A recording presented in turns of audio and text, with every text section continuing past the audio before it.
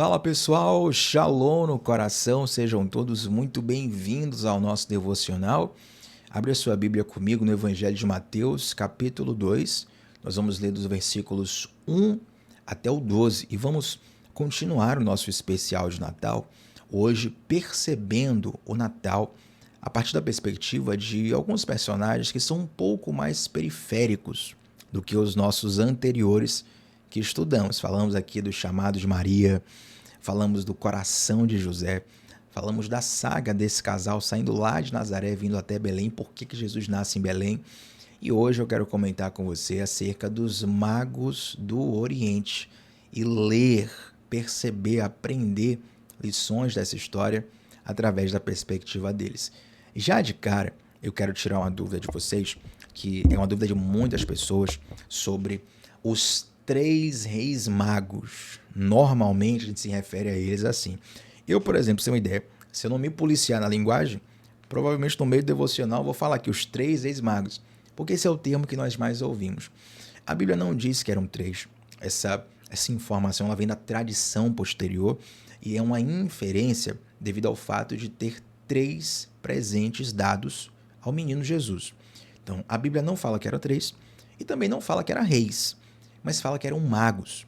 Esse nome, guarda esse nome, a gente vai estudar esse termo, eu vou explicar algo precioso para você que vai encher tua mente e o teu coração. Vamos lá, Mateus capítulo 2, versículos 1 até o 12, a leitura é um tiquinho extensa, mas vai valer a pena, vem comigo. Verso 1, depois que Jesus nasceu em Belém da Judeia, nos dias do rei Herodes, magos vindos do Oriente chegaram a Jerusalém e perguntaram: onde está o recém-nascido rei dos judeus? Vimos a sua estrela no Oriente e viemos adorá-lo. E quando o rei Herodes ouviu isso, ficou perturbado e com ele toda a Jerusalém. Tendo reunido todos os chefes dos sacerdotes do povo e os mestres da lei, perguntou-lhes onde deveria nascer o Cristo. Eles responderam: em Belém da Judéia, pois assim escreveu o profeta: tu, Belém, da terra de Judá, de forma alguma és a menor entre as principais cidades de Judá, pois de ti virá o líder que, como pastor, conduzirá Israel, o meu povo. Então Herodes chamou os magos secretamente e informou-se com eles a respeito do tempo em que a estrela tinha aparecido. Enviou-os a Belém e disse: vão informar-se com exatidão sobre o menino. Logo que o encontrarem, avisem-me para que eu também vá adorá-lo. Isso aqui é o famoso baratino de Herodes, tá? Daqui a pouco eu explico a vocês. Verso 9. Depois de ouvirem um rei, eles seguiram seu caminho, e a estrela que tinham visto no Oriente foi adiante deles, até que finalmente parou sobre o lugar onde estava o menino. Quando tornaram a ver a estrela, encheram-se de júbilo, e ao entrarem na casa, viram o menino com Maria, sua mãe, e prostrando-se o adoraram. Então abriram os seus tesouros e lhe deram presentes: ouro, incenso e mirra. E tendo sido advertidos em sonho para não voltarem a Herodes, olha que interessante, mais uma vez, e tendo sido advertidos em sonho para não voltarem a Herodes, retornaram à sua terra por outro caminho. Quem são esses magos que vieram do Oriente para Jerusalém? Gente, tem muitas camadas aqui, muitas lições. A primeira delas é que o anúncio do Messias prometido era um anúncio que percorreu toda a história de Israel. Na verdade, até antes de Israel existir. O anúncio de que nasceria um ser humano, uma pessoa vinda da mulher, da semente da mulher, isso vem desde Gênesis 3, isso vem desde o Éden. Mas, obviamente, a literatura judaica, a gente estuda o Velho Testamento. E como eu citei anteriormente, existem mais de 300 profecias sobre o Messias. Então, o povo de Israel estava bem escolado sobre a possibilidade, na verdade, para nós como fé, a convicção de que o Filho de Deus encarnaria e viria ao mundo. Mas, quando Jesus nasce, é curioso que os primeiros a visitá-los não são os judeus, são os estrangeiros. Isso já fala muito sobre o ministério de Jesus. Isso já aponta para como Cristo, ele não veio salvar uma etnia, ele veio salvar a humanidade. Esse mesmo Cristo, antes de ascender aos céus e concluir a sua vida física aqui, por assim dizer, esse mesmo Cristo deu um dos principais mandamentos para os seus discípulos. Ide por todo o mundo, pregai o evangelho a todo povo, toda tribo, toda língua, toda nação. Jesus fez milagres na vida de pessoas estrangeiras. A gente pode ver, por exemplo, a cura da filha da mulher cirofenícia, a cura do filho do centurião. Jesus vai em Gadara, que era uma região gentílica, uma região estrangeira, para poder expulsar o demônio de um possesso lá nessa região. Jesus nunca se restringiu só a Israel. Na verdade, no Evangelho de João, nós lemos que ele veio para os que eram seus, mas os seus não receberam. Contudo, a todos a quanto o receberam, deu-lhes o poder de serem chamados filhos de Deus. Deixa eu dizer uma coisa. Você não precisa de pedigree espiritual para ter relacionamento com Deus e para ser alcançado por Jesus. Às vezes a gente tem esse pensamento, que eu estou intitulando aqui de pedigree espiritual só para te ensinar. Mas esse pensamento tem várias formas. Uma das principais dela é você se achar menos especial que outra pessoa. É você achar que Deus ama mais outra pessoa. É você achar que Deus tem mais compromisso com outra pessoa do que com você. É como se tivesse casta dentro do reino de Deus. Na verdade, somos todos filhos de Deus. E o fato de magos do Oriente, estrangeiros, serem os primeiros a identificar o nascimento do Messias e a adorá-lo publicamente, é o primeiro registro público de adoração a Jesus, isso enche o nosso coração da convicção de que Jesus ele tem interesse em todos os corações. Jesus tem interesse no homem, tem interesse na mulher, tem interesse na criança, tem interesse no adulto, tem interesse no idoso, tem interesse no branco, no preto, no amarelo, no azul, no pardo, no misturado, tem interesse no que tem cabelo grande, tem interesse no que é careca, tem interesse no que tem barba, que não tem barba, tem interesse no que tem fala o timbre de voz grosso, o timbre de voz fina, tem interesse no que fala idioma X, idioma Y. Jesus quer alcançar todos os corações. Há um espaço no reino para todas as nações. Na verdade, inclusive tem uma promessa na Bíblia que diz que todas as nações ouvirão do evangelho de Jesus e só então virá o fim. Que forte isso, né? Então, nunca se ache assim diminuído por não ter crescido na igreja, por não ser filho de alguém especial, por não ter um pedigree espiritual, por não ter um pedigree cultural, por não ter um padrinho espiritual. Não, esqueça isso, esqueça isso. Esqueça isso. Irmão, quem te escolheu, quem te guarda, quem te sustenta, quem te ama é Deus. É a partir daí que as coisas fluem. Então, esses magos do Oriente, quem eram então esses magos? Esse termo magos, ele está associado não necessariamente à prática de artes mágicas, certo? Mas está associado à ciência da época. Todo cientista, ele também estudava as coisas espirituais. Ele estudava tanto os fenômenos físicos quanto os fenômenos espirituais. Então, por exemplo, quando Daniel, lá na Babilônia, ele interpreta os sonhos de Nabucodonosor, a Bíblia fala que Nabucodonosor o coloca como chefe dos magos. Tiago, então Daniel ensinou as pessoas a fazerem magia? Não. Basicamente, na linguagem da época, é como se Daniel tivesse sido colocado como chefe de todos os cientistas da época. Mas espera aí, Tiago, ele interpretou o sonho e virou chefe dos cientistas? Sim, porque a interpretação de sonhos também caminhava junto com a ciência tradicional da época. Toda essa questão espiritual e não espiritual, por assim dizer, elas caminhavam juntas. Inclusive, talvez, e eu digo talvez porque essa é uma linha teológica, tá? Isso não está escrito na Bíblia, é uma interpretação teológica que algumas linhas fazem. Talvez esses magos apareceram aqui por causa de Daniel. Porque algumas linhas teológicas vão dizer que quando Daniel ele se torna chefe dos magos na Babilônia, é que ele vai passar a ensinar sobre o Messias prometido. E quando esse Messias nasceria, e onde esse Messias nasceria. Então, muitos anos depois, Daniel viveu centenas de anos antes de Cristo, muitos anos depois, esses magos, vindos dessa tradição ensinada por Daniel, eles chegam em Israel para adorar o menino Jesus, o Salvador da humanidade. Quando se fala desse termo magos do Oriente, isso aqui está sendo uma referência à região da Pérsia, a região mesopotâmica. Se você der um Google Maps nesse momento, vai ser basicamente a região ali que está o país do Irã. Tá? Aquela região do Irã e algumas terras, né, um pouco próximas ali, é basicamente aquela região que era antigamente do Império Caldeu, cuja capital era da Babilônia. Então, esses magos do Oriente, eles vêm, isso também, gente, nos ensina uma coisa muito preciosa. E eu quero que você tenha atenção a isso que eu vou te falar agora.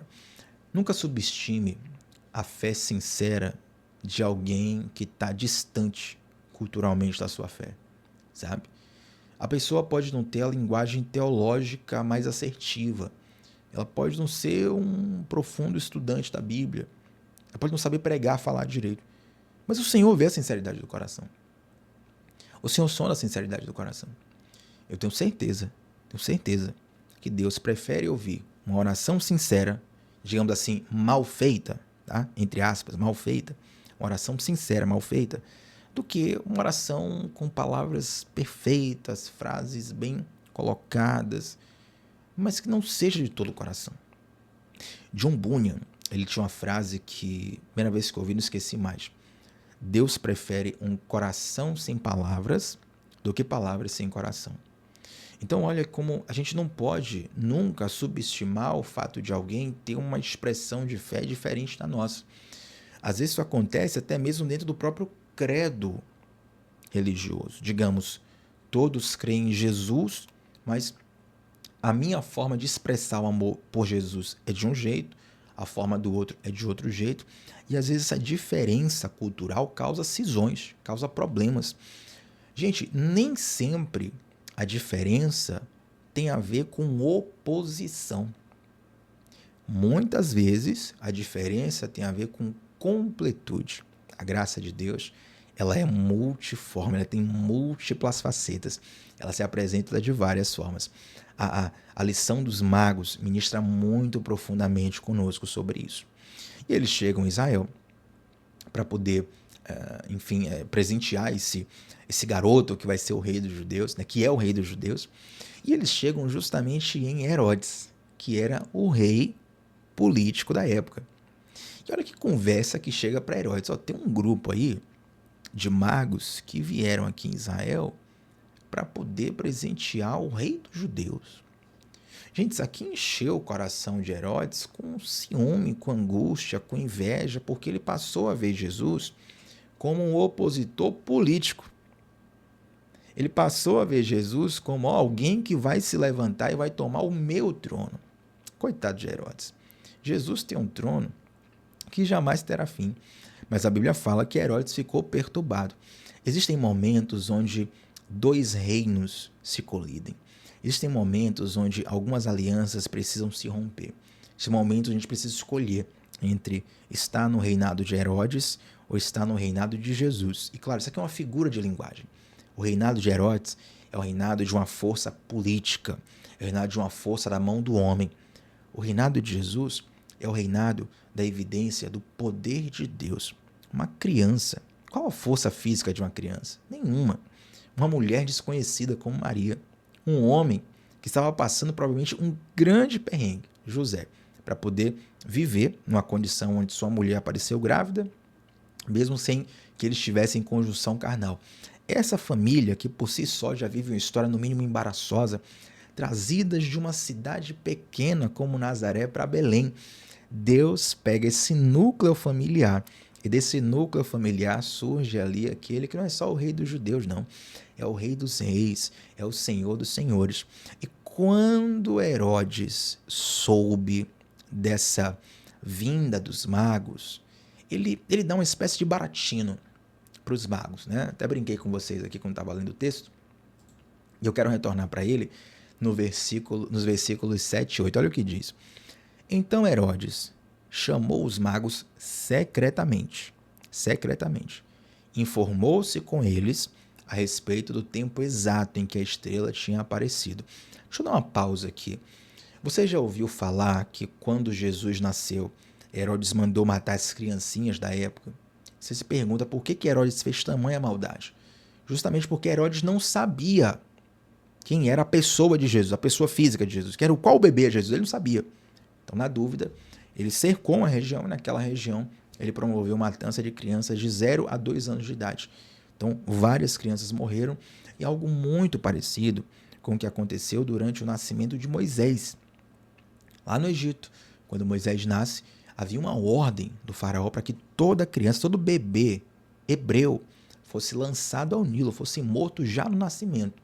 O mundo espiritual, de alguma forma, sabia que estava nascendo uma pessoa-chave ali.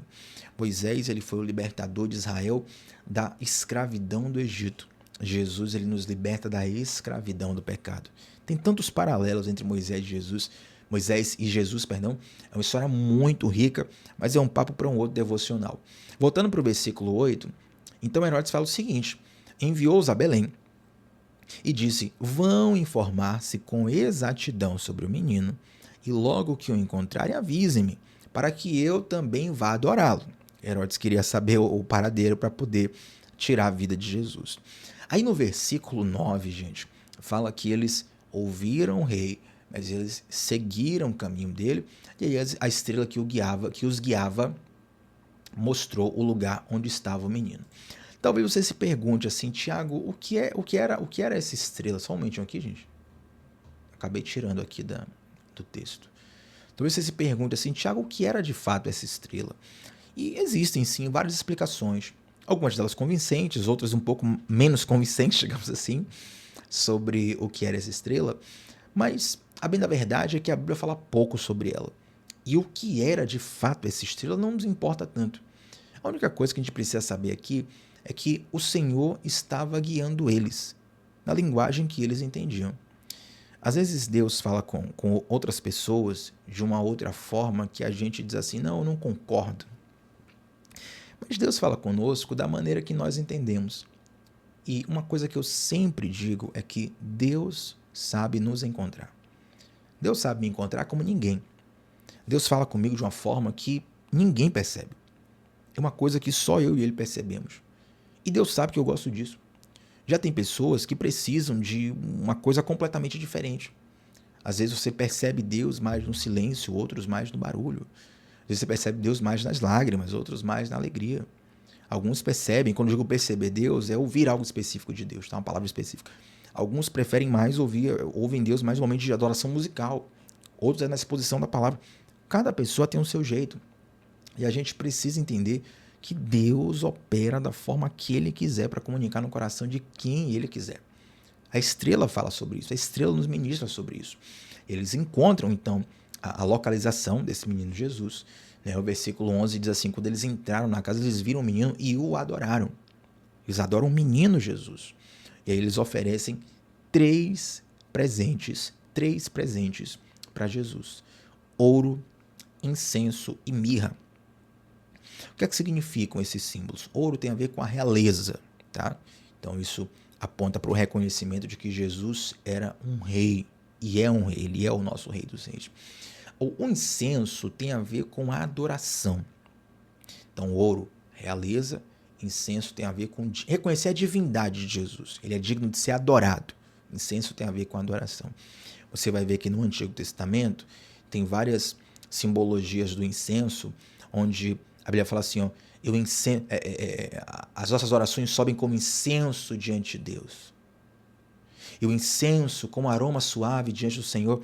Ou seja, o incenso, sendo um aroma agradável e conhecido naquela época, era uma representação física de algo espiritual. Quando eu digo isso, eu não estou ensinando que o incenso por si só tem um poder espiritual. Ah, Tiago, então eu vou sair no mercado que eu vou comprar um incenso, aí vou colocar um incenso na minha casa que a presença de Deus vai encher minha casa. Não é isso. Estamos falando de símbolos que apontam, símbolos físicos que apontam para uma mensagem espiritual. Então, quando eles entregam ouro para Jesus, isso aponta para a realeza de Cristo. Quando eles entregam incenso para Jesus, isso aponta para a divindade de Cristo. E quando eles entregam mirra, atenção, isso aponta para o sacrifício de Cristo. Sabe por quê? A mirra era um dos ungüentos, dos líquidos utilizados justamente para purificar, limpar feridas. Era um unguento justamente utilizado para purificar um corpo machucado. Então eles apontam para a realeza de Jesus, eles apontam para a divindade de Jesus, mas eles apontam também para o destino de Jesus, para o sacrifício de Jesus. Olha, Jesus, um dia, ele vai morrer numa cruz do Calvário. Eu cá penso com os meus botões, e às vezes eu tenho um certo zelo para falar isso no devocional, porque eu sei que quem está aqui respeita muito aquilo que eu falo. Eu agradeço, louvo a Deus por isso. Então tenham cuidado ao falar. Mas não interprete isso como uma mensagem teológica. É só um pensamento. Eu leio o texto ali, vem um pensamento, vem outro. Claro que a gente só pode pregar o que está na Bíblia. Mas eu fico pensando se Maria conseguiu interpretar isso naquele momento. Porque provavelmente Maria, como mãe de Jesus ali, Maria e José, eles estavam emocionalmente muito conectados com Jesus, certo? E não é o fato de Maria saber que Jesus vai ressuscitar que vai tirar a dor da morte de Jesus. Você vê ali quando Jesus ele morreu, Maria está enlutada aos pés da cruz. Jesus fala para João assim, ó, João, eis aí a tua mãe. Mãe, eis aí o teu filho. Uma frase que simboliza um pedido para que João cuidasse de Maria, certo? Então, o fato de Maria crer que Jesus ressuscitaria, isso não impede ela de, como mãe, sentir dor. Então, talvez ali a mirra, que é só um pensamento solto que eu compartilho com vocês, aquilo pode até ter tocado o coração de Maria, de lembrar, olha, esse bebê, ele é o Filho de Deus, ele é o Messias prometido e ele está caminhando para a cruz, ele vai morrer. Algo sério vai acontecer com ele. Mas é bom a gente ter isso, porque a cruz, as pessoas olham muitas vezes a cruz como tragédia. A cruz, na verdade, é o ponto alto da vitória de Cristo. Na cruz, Cristo vence o pecado. Na cruz, Cristo vence a morte. Na cruz, Cristo vence a incredulidade. Na cruz, nós temos a maior vitória como seres humanos, como raça humana. A nossa vitória, ela está na cruz. Porque quando Cristo derrama o sangue dele, toda a dívida é paga, todo o pecado é pago, toda a condenação é anulada, é cancelada, porque Cristo já pagou o preço por nós. Então, cruz não é algo para a gente ficar triste, necessariamente. Cruz é algo para a gente olhar e dizer, o nosso Senhor, o nosso Rei, o nosso amor, ele passou por ali, ele mostrou o seu amor ali, e ele venceu aquela morte, ele venceu aquele desafio, ele venceu tudo que ele precisava vencer, ele passou por tudo que ele precisava passar por amor a nós. Então eles entregam esses presentes, ouro, incenso e mirra. E aí, gente, versículo 12, para nós fecharmos o devocional, a Bíblia vai dizer o seguinte, ó, vou até voltar para ler o texto, o verso 12 com você novamente. E tendo sido advertidos em sonho, para não voltarem a Herodes, retornaram à sua terra por outro caminho. Existem outras narrativas também para a história dos magos, eu escolhi a de Mateus, e o termo ser advertido em sonho mostra que aquela advertência foi uma advertência sobrenatural. Quem lembra que Herodes tentou ludibriar eles, né? Herodes tentou se fazer ali de bom moço, falou, olha, quando você encontrar eles, me fale aí onde é que eles estão, porque eu quero ir adorá-lo também, quero ir lá, né, dar os parabéns para a família. Herodes estava mal intencionado no coração. Então, os magos, eles não tinham tanta noção do cenário político de Israel. Então vem uma orientação sobrenatural de Deus através de sonho, um anjo aparece e fala com eles, olha, vocês não vão voltar para Herodes, vocês não vão dar essa informação, sigam o caminho de vocês. Eu pergunto, gente, será que seguir essa orientação espiritual foi fácil ou foi difícil? Penso eu que foi difícil, porque um rei como Herodes, ele certamente tinha muitos informantes. Um rei como Herodes, ele dominava a região. O rei como Herodes era uma figura política que tinha força suficiente para capturar esses magos e tirar a vida deles, ameaçá-los, fazer o que quisesse. Então eles estão aqui diante de dois tipos de vozes. Uma voz muito forte diante dos homens, mas a voz de Deus. Às vezes, a pressão dos homens, a pressão dos poderes da nossa época, eles de fato podem nos intimidar, mas nós precisamos continuar sendo fiéis à voz de Deus. A voz do Senhor, muitas vezes, pela sua simplicidade, a gente confunde simplicidade com fraqueza, na maioria das vezes. A gente vê pessoas poderosas, pessoas fortes, ou então a gente vê situações onde somos profundamente pressionados a coisas contrárias à palavra de Deus, né? E a gente vê a Bíblia tão simples, a palavra de Deus tão simples, a gente confunde simplicidade com fraqueza. Ouça uma coisa, o fato de Deus ser simples não significa que Deus é fraco. Deus, ele tem todo o poder. Você pode ter figuras que sejam poderosas nos dias atuais. No nosso caso, a gente não tem rei. A gente tem presidente, governador, prefeito, tem o pessoal do legislativo, vereador, deputado, senador, juízes na parte jurídica. Mas essas forças, elas podem ser grandes diante de uma pessoa, diante do seu CPF, por exemplo. Mas o poder de Deus, a força de Deus é maior do que qualquer coisa. Então, diante de uma dividida entre a voz dos homens, a pressão dos homens e a voz de Deus, siga a voz de Deus. Toda vez que Deus te guiar, Ele vai te guardar. Não quer dizer que não terão intempéries. Você pode passar por momentos difíceis obedecendo a Deus. E provavelmente vai passar. Mas quando você o obedece, Ele garante que tudo dê certo no final. Amém, gente? Quero orar com vocês para fechar esse devocional.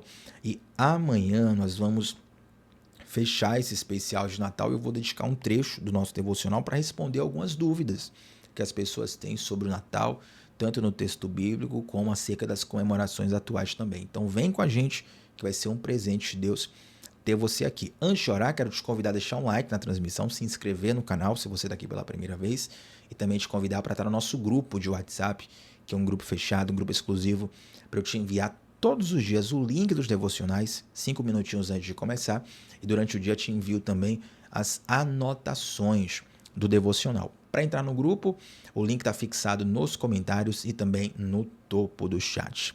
Vamos orar ao Senhor? Pai, nós te damos graças, Senhor. Estamos graças porque fomos alcançados por Ti. Estamos graças porque o Senhor não olha a nacionalidade, não olha a etnia. O Senhor tem poder para salvar qualquer pessoa. Assim como os magos foram alcançados, assim como nós somos alcançados. Nós te pedimos, Deus, usa-nos também para que possamos comunicar o seu amor a todo tipo de pessoa. Até mesmo aquele perfil de pessoa que por alguma razão nós tenhamos dificuldade de nos conectarmos. Nos dá uma porção do seu amor que nos leve, que nos seja suficiente para nos conectarmos também com essas pessoas. Meu Pai, eu quero te pedir, Senhor, nos dá coragem para obedecermos a sua voz quando a pressão ao nosso redor estiver muito grande. Que o nosso amor, a nossa fé, a nossa convicção por Ti seja maior ainda. É o Senhor que pode nos fortalecer. Nos dá sabedoria, Pai, e principalmente nos dá discernimento. O mesmo discernimento que os magos tiveram para perceber que Jesus havia nascido antes mesmo que os judeus percebessem isso.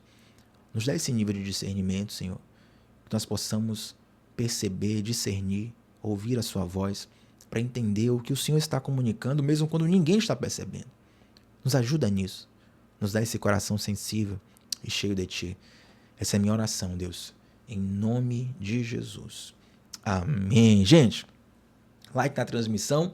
E é claro, você sabe, estamos juntos sempre de segunda a sexta, às 7h30 da manhã, sempre começando o dia mergulhando na palavra de Deus. Shalom no coração. Até a próxima, pessoal. Tchau, tchau.